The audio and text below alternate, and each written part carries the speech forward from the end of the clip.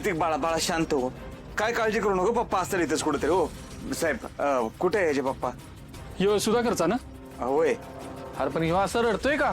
कालपासून याचे पप्पा घरी नाही, त्याच्यामुळे घाबरलंय ती. सांगा की पप्पा कुठे आहे त्याचा? माझे पप्पा कुठे आहेत सांगा ना मला. आणि त्यांना काही झालं तर मी काय करू? अरे रडू नको बाळा, पप्पा इथंच ड्युटीवर आहेत, येते लगेच. ड्युटीवरच आहे का? इथंच आहे कुठं आसपास? मग मला काय करा, त्याचा ऍड्रेस सांगा कुठे आहे, किंवा मी जातो ह्याला तिकडे घेऊन. काय होईल, पप्पाला बघितलं तर बिचारा शांत तरी होईल. कुठे आहे सांगा की. अरे गोपाळ, अरे नाही सांगू शकत तसं, समजून घ्या आम्हाला पण. समजून घ्या? अहो असं कसं समजून घ्या? बघितलं ना गावात काय चाललंय तुम्ही. इथं पोलिसाच्या बहिणी सुरक्षित नाही, माझा भाऊ कसा असेल? काय झालं नीट सांगा बरं का मला, खरं खरं सांगा. काय झालं नाही ना त्याच्या बरोबर? तुम्ही काय लपवता का माझ्यापासून? हे बघा दादा, काय झालं असेल तर सांगा.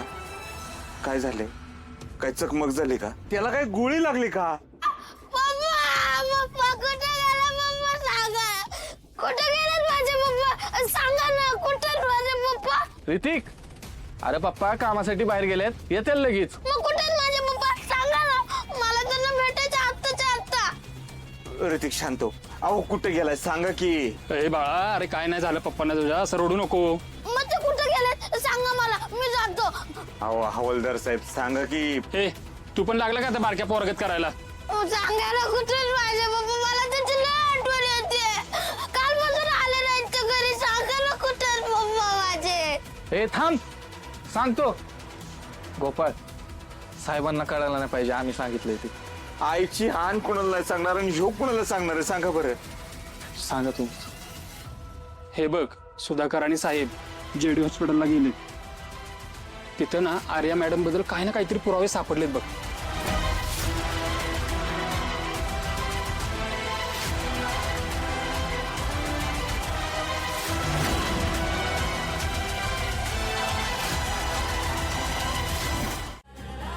ए मुडद्या, कुणाचं मुडद फाडायला निघालायस र? हा, तुला काय वाटलं मला माहित नाही वे? पण मला सगळं माहितीये. तू रोज असाच घराच्या बाहेर जातोय.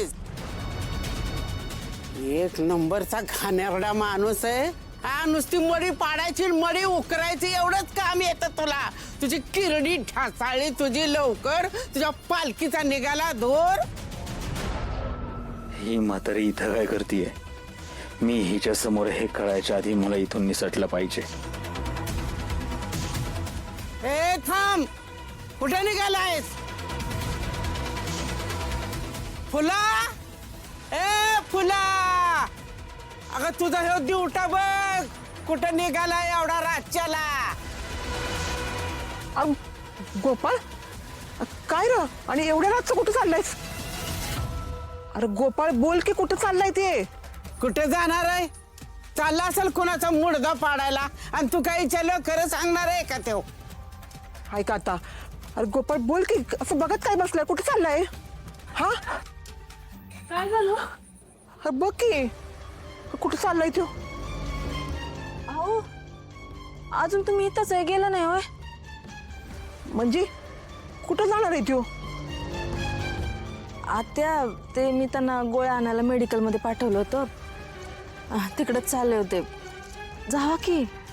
निघालच होतो, आईनं अडवलं. नाही नाही, जावा लवकर. टायमात गोळ्या नाही ना घेतल्या तर अजून दुखणं वाढेल बघा. लाले, अगं परत का ताप बी पाला का ग? हा, ताप नाही, म्हणजे कणकणी जाणवते जरा. जात आहे ना? हा तर हे नवरा भामटा आणि ही नाटकी. मांजराला उंदर साक्ष अशी गत आहे.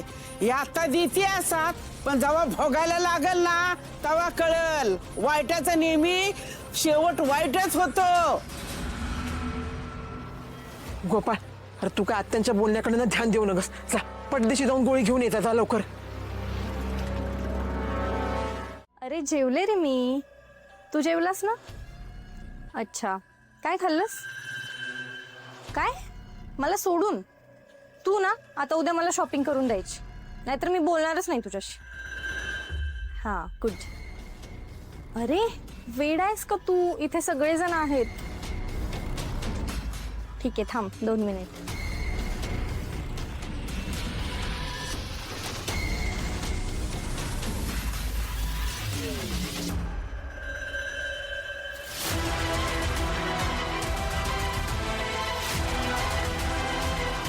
हिला नक्की काय विचारू, जामकरला नक्की काय पुरावा सापडलाय याचा काहीच अंदाज लागत नाहीये.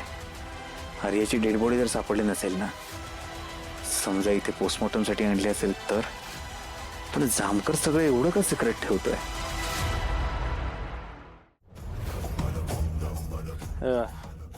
नर्स, काय आहे तुमचं? पेशंटला भेटण्याची वेळ संपलीये, प्लीज तुम्ही उद्या या.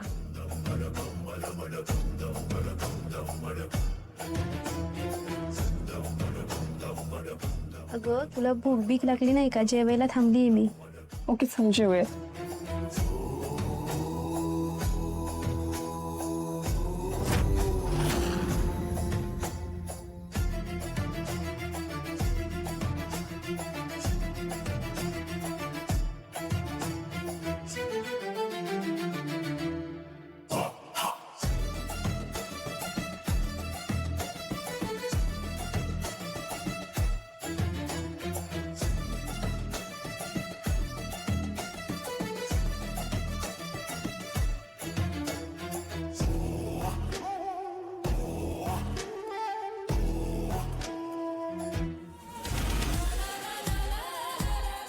आर्याच्या संबंधित रजिस्टरवर कुठलंच नाव नाहीये. एकतर जामकरनं ते रजिस्टर येऊ दिलं नसेल किंवा त्याला ते समोर आणायचं नसेल. नक्की काय पुरावा इथे मला शोधला पाहिजे, शोधलाच पाहिजे.